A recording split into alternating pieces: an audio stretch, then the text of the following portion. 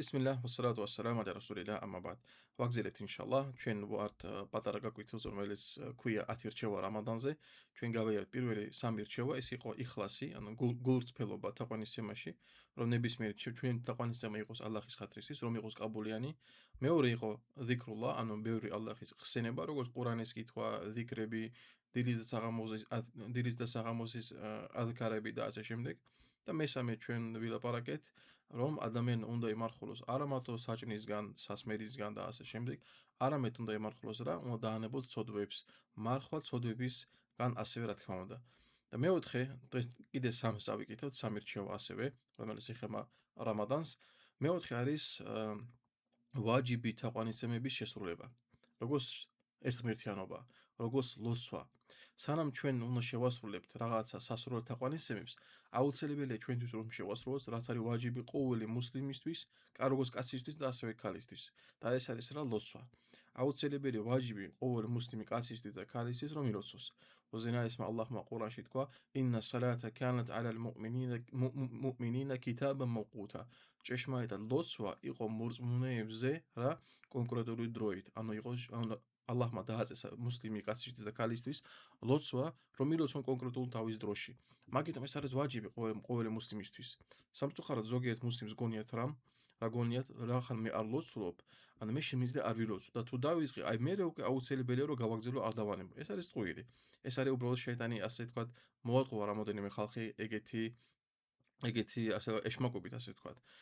ლოცვა ვაჯიბია ყოველი მუსლიმის კაცისთვის და ქალისთვის, რომ სარილოცოს აუცილებელი იმისთვის.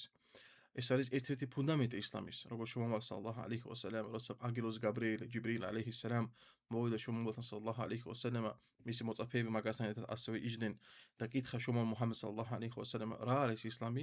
ერთ-ერთი ფუნდამენტი შუმამალ სალლალაჰუ ალეიჰი ვასალამ თქვა რა არის ლოცვა.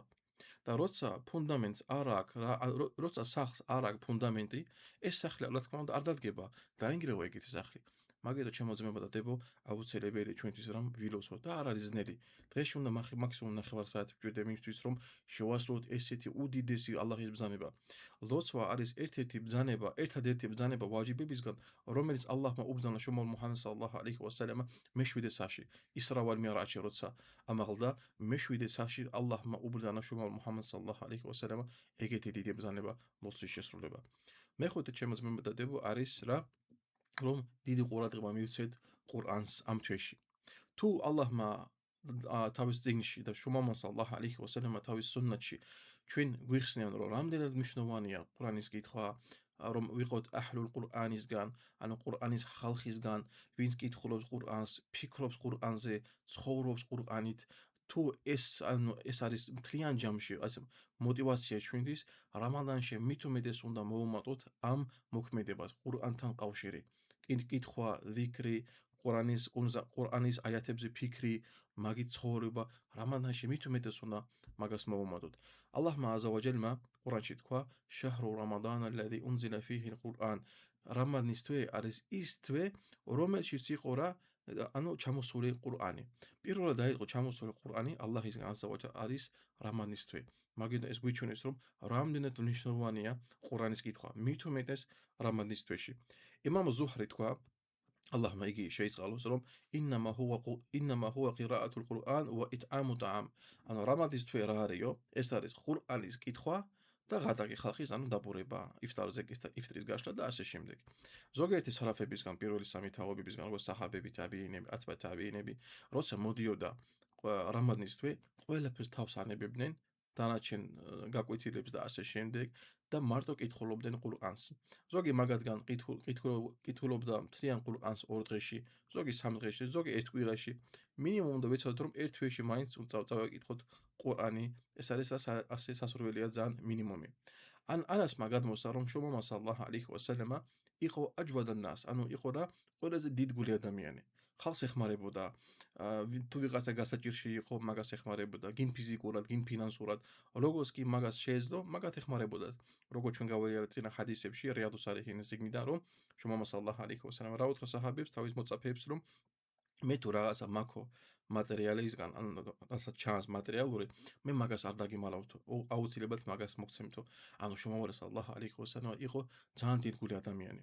მაგრამ საჰაბები რა თქვა, მაგრამ როცა მოდიოდა რამადანი, ჰინა იათიჰი ჯიბრილ და მაგ დროს მოდიოდა მაგასთან ანგელოზი გაბრიელი ალეიქსალამ, იუდარისუ ხულ ყურან.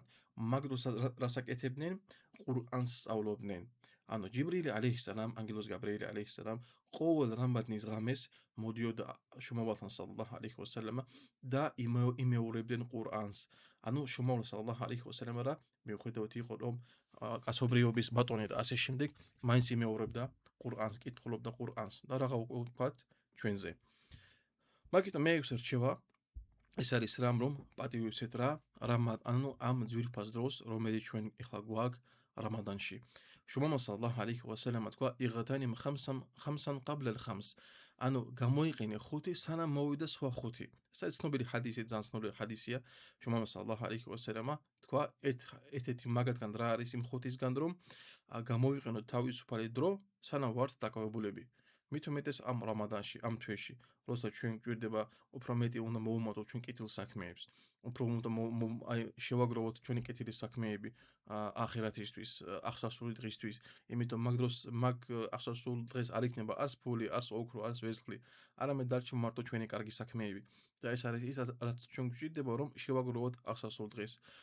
შუმავალ სალალაჰ ალეიქ ვასალამა თქვა რომ ალლაჰი აზავაჯალ კითხავს ხალხს როგორ დახარჯის თავისუფალი დრო, დახარჯის ჰარამზე, დახარჯის რაღაცა ისეთ რაღაცებზე, რაც საერთოდ მაგათთვის არანაირი ხერი არ აქვს, ან თუ დახარჯის ეს ძვირფასი თავისუფალი დრო ყურანის კითხვაზე, ზიქრებზე, რაღაც ხეირიანი საქმის გაკეთებაზე, მით უმეტეს ამ ძვირფას თვეში, რამადანში.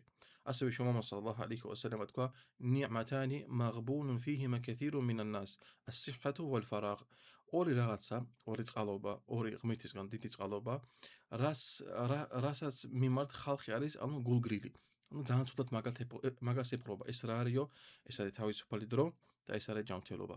სამწუხაროდ ზოგიერთი ჩვენგან როცა ვარ თავისუფალნი, ჩვენ დროს ვკარგავთ რაღაცა უაზრო რაღაც საქმეებში. ან როცა ვარ ჯანმრთელნი, ჩვენ რაღაცას ჩვენ ჯანმრთელობასაც ასე ვკარგავთ რაღაცა უაზრო რაღაცეებში.